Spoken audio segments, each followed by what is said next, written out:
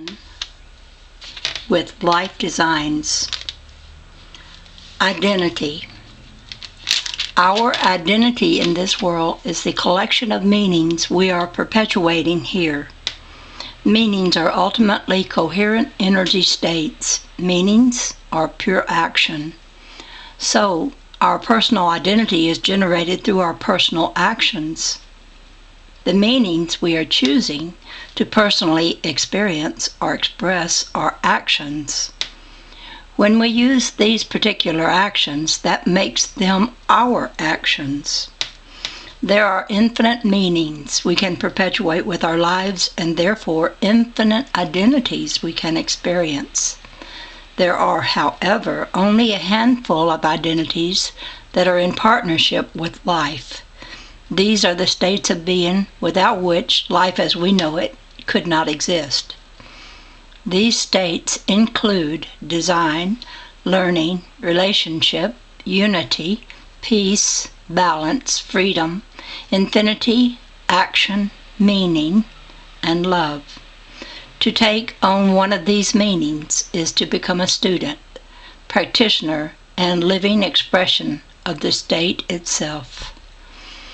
To become a student of something is to immerse ourselves in the subject and to explore it.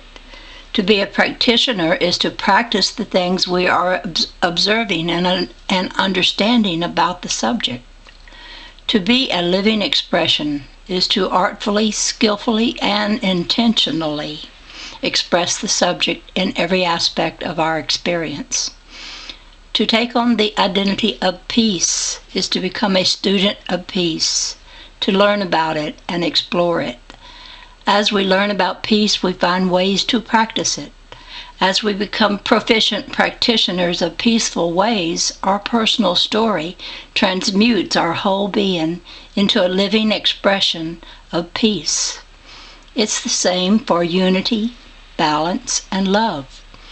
The coolest thing about life partner identities is they all overlap and support each other.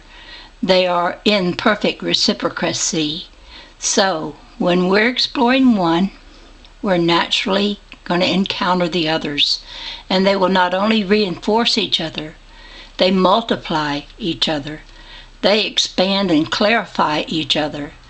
It only makes sense that if we explore unity, we will encounter peace. In studying peace, we will encounter freedom. And as students of freedom, we ultimately come to the mystery that is love. All life partners lead inevitably to love. They are the living connections between love and life. Love and life, the ultimate identity. Of course, fear, sorrow, death, and honor. By giving attention to the patterns of our existence and the nature of patterning, we get a broader view of ourselves. We begin to live in the meaning of the mind and the spirit, and we come to a newfound sense of ourself and life. We begin to relate to ourself and our awareness as active, skilled creators. By understanding how to focus our attention intentionally and to freely choose our personal meanings and expressions, we are custom designing our own life story.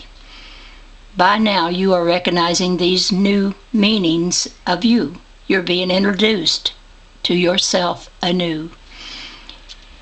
Here in the big picture, please allow me to introduce you to some characters you may think you already know.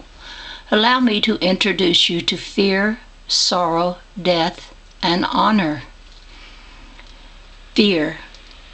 Fear, of course, is a pattern. Here we come to a broader and deeper meaning for patterns, so ease in and relax with this flow.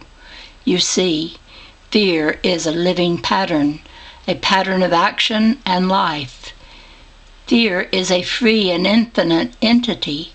Fear has always been and will always be itself.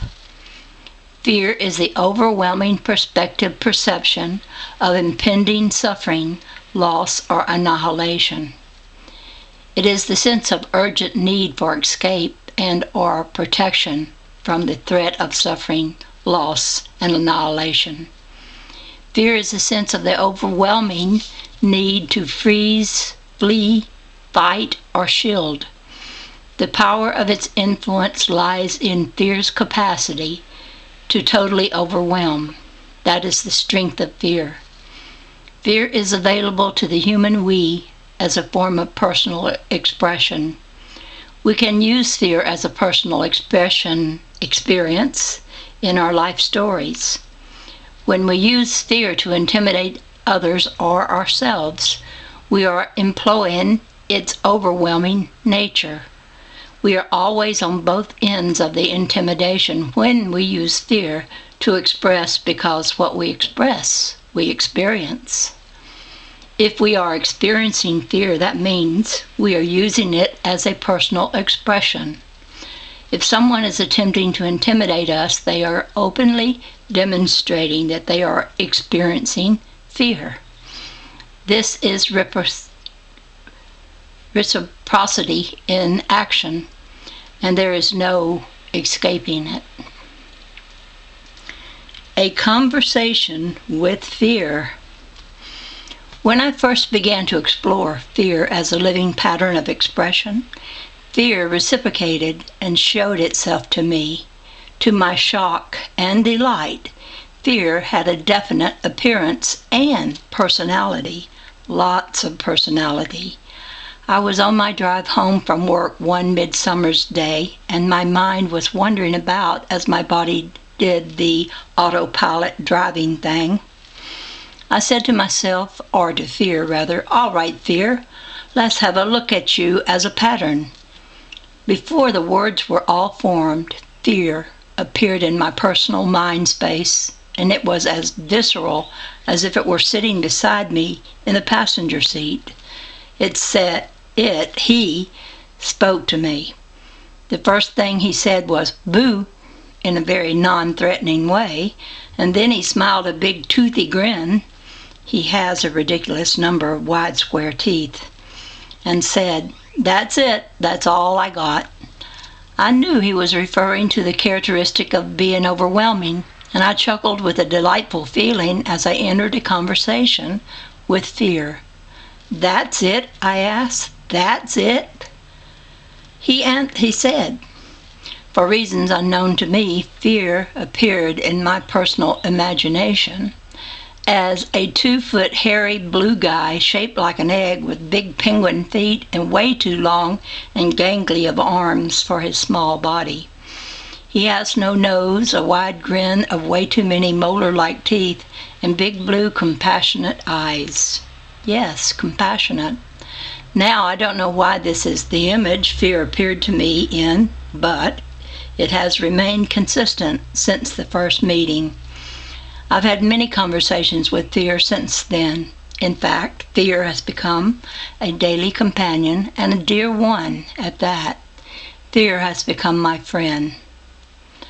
Fear as a friend. One of the first things fear told me was, "You know, I've been knowing you from the time you were too small to remember. I can tell you a lot about yourself." Fear did tell me a lot about me and a lot about humans and how we mostly see him. He explained our current relationship like this. He says, we first get introduced to fear as a monster, as something terribly threatening. This is natural. We meet fear at a young age, just as literally as we meet with Aunt Gladys. Not too many people know fear too well, so they pass on to their youngsters that fear has two main characteristics. Fear is terribly threatening, and, more profoundly, fear is a warning. Fear lets you know when something might really harm you. This has been our relationship to fear for millennia, and it is a basic instinct type of use of the expression. As we grow, if we want to create with intention, our relationship with fear has to grow as well. Fear says this is part of where the human we is stunted in spiritual immaturity. We have grown physically and mentally, but we still approach our relationship to fear with a childish view, a childish meaning. One of the most important things I learned from fear is that fear is what lies at the base of all addiction and addictive behavior. We are still so threatened by the overwhelming sense of fear that we use elaborate escape methods to cope with our fear. We use addiction because it is the only distraction overwhelming enough to compete with fear and aid us in denying it. We use addiction to deny fear. Fear says when you begin to deconstruct your addiction patterns, you will inevitably encounter fear. All addictions serve one purpose: to distract you from fear. That's so easy to see that I was totally blown away the first time I heard it. What he's saying is, when you put your distractions down, you will come face to face with fear. And more pointedly, it's your personal meaning for fear that you are confronted with. This is a direct signal that it's time to address the meanings you are holding in your heart concerning fear. It's not necessarily time to face your fear of heights, although facing particular fears may be an exercise you use to practice changing your meaning for fear. What it's time for is more understanding through a new meaning. If you take the view that fear is a pattern of expression and that we are creators who use expression to create, then the whole experience changes. It's like we are painters and fear is a color we can use or not. We can use fear to personally express, but we are not bound to that. It's always our choice. Fear doesn't care if you don't use it to express yourself. Fear is still fear, no matter how many times you use fear to express yourself. To define yourself, you will still always be you, and fear will always be itself. To choose to not use fear as a personal expression is to exercise our freedom as creators, and to come to see fear as a coexisting and living entity. We do not destroy fear or overcome fear. We simply come to see that it is an option to express with fear. It's a choice. It's likely and probable that when we first really meet fear, we will discover that we are addicted to our old meanings about it. In other words, when we start on the new path with fear, we will encounter the momentum shock of our old ideas about it. Fear not. Once on this path, fear becomes a companion and a teacher. Once you've seen fear for what it truly is, fear becomes a friend and will aid you in letting the old ideas fade. He has turned out to be one of my greatest teachers and an ever even greater friend. I find now that when I'm dealing with old patterns of discouragement and doubt, that fear is one of the first friends on the scene to comfort and encourage me. He has the best sense of humor and is one of the funniest dudes I've ever met. He cracks me up. Fear can make you laugh. That's not so strange, is it? We already know this about fear. That's why we hide behind closet doors and jump out at our loved ones and shout boo. We give each other little fear shocks because it makes us smile and laugh. This new relationship with fear has made my life brighter, clearer, and a lot more fun. It's a lot more fun being friends with fear than experiencing fear personally. One day I called on fear and he had his back to me. I didn't understand. I felt kind of hurt, actually. "Why do you have your back to me?" I asked. He turned to me, eyes full of compassion, and said, "Because it's time for you to go somewhere and I won't be going with you. It's the way it has to be. You see, Kel, once you've truly addressed fear, you have to address sorrow." I felt my heart jump up in my throat. "I know," he said it. "I ain't got nothing on sorrow. People think I'm hard and the people use me to not face sorrow. That's how People stay stuck in old meanings of fear, and they run back to old addictions over and over. They don't know it, but they're doing all they can not to face sorrow. I may be overwhelming, but sorrow is completely incapacitating when it can totally consume the heart. I want to do it, I said, but I'm scared of sorrow. That's just it, he said. You have to meet sorrow without expressing fear. You have to meet sorrow the same way you met me. Let go, sweetie, of your ideals about sorrow, and it will show itself to you just like I did. Be open. Now, it's time. So, I met sorrow, and I'm going to introduce you to sorrow now. But first, I want to acknowledge my friend, fear. Fear helped me write this. Fear has helped me in so many ways and remains my true friend. And so I say, thank you, fear, for your many gifts. You rock. The pain of sorrow encountered and misunderstood. Sorrow. So, I tried to creep up on sorrow without using fear. I couldn't do it at first. I couldn't even glance at sorrow without bristling. The first several attempts ended in me turning tail and running before I could even get a real look at this most powerful entity.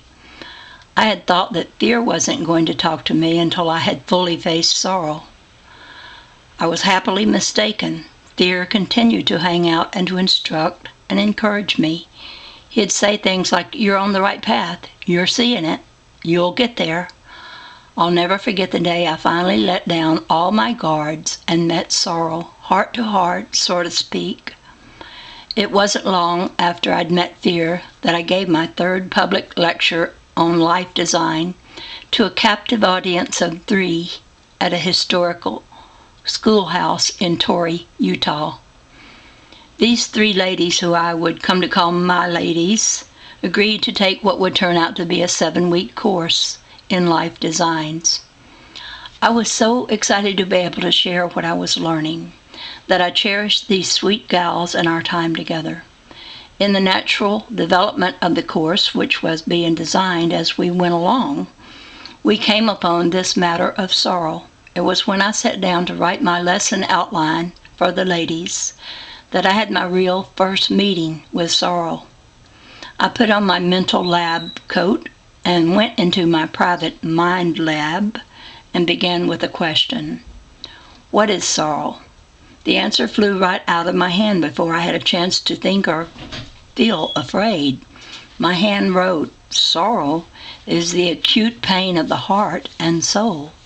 It is accompanied by a profound sense of total loss, alienation, and/or emptiness, usually all 3.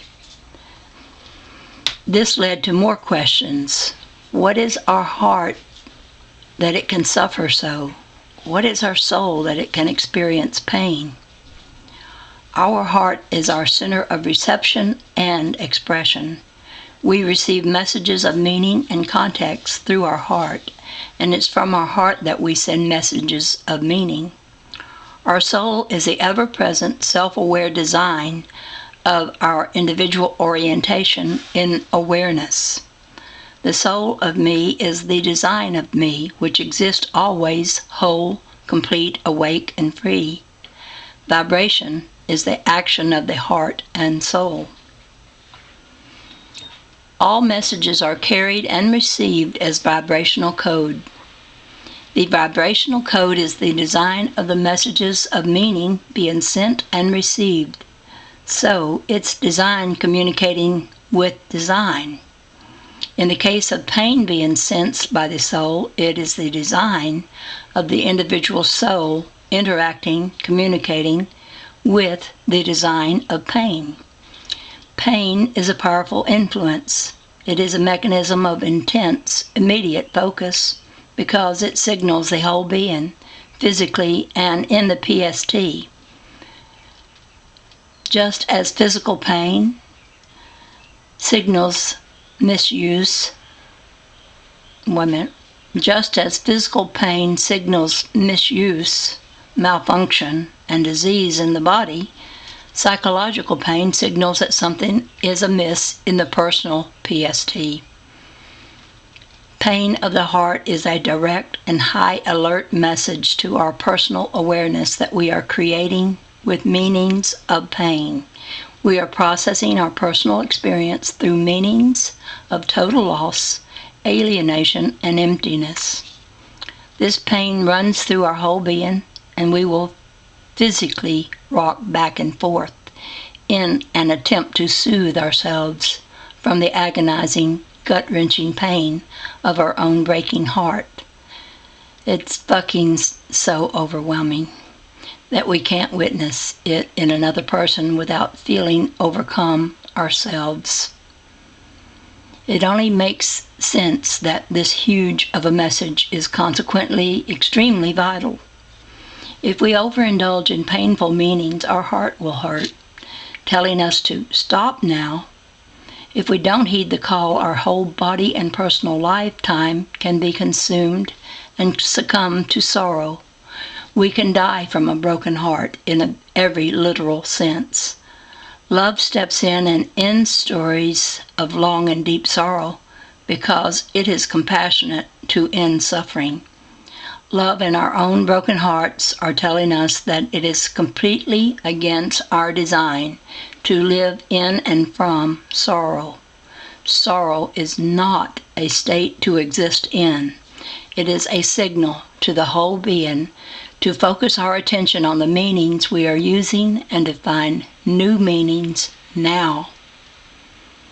To search the infinite big picture and find a genuine meaning in the context of the life we are now living that gives us hope, renewed, and inspires us to move in a direction of peace is to respond to sorrow signals.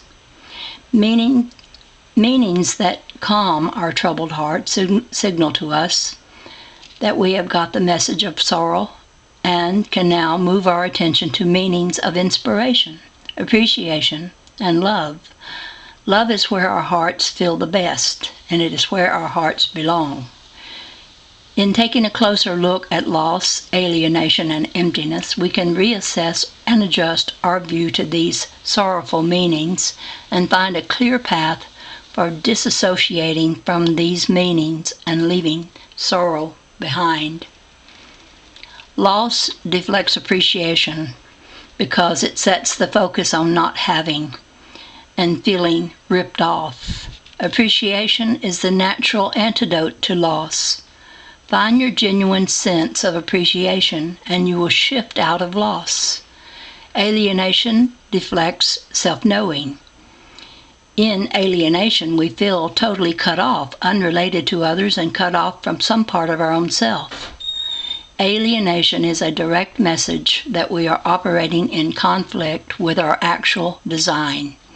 We are approaching life in a manner that is alien to our very being. We are in fact related to everyone and everything. In alienation, we are not relating. Even relating to another in pain relieves the sense of alienation. And to relate in hope eliminates all sense of alienation and conflict. Emptiness is a clean state. We are in the habit of fearing emptiness and experiencing it as pain. This does not stop us from experiencing emptiness. The message of emptiness is completion. When something completes, it is finished now, and a new work can begin. A new creation. A blank canvas is now the foundation, and is necessarily empty. The slate is clean and a whole new expression can come forth. Emptiness is the foundation that signals transition into new life. It is part of our free expression, the big empty, the great wide open of infinite possibility.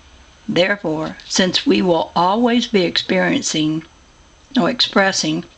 emptiness in our personal ventures, we will also always be experiencing emptiness personally. It is nothing to be afraid of or to shy away from any more than a new canvas. and the possibility it holds for a new story. Sorrow is what draws our attention to these very important matters of self-knowing.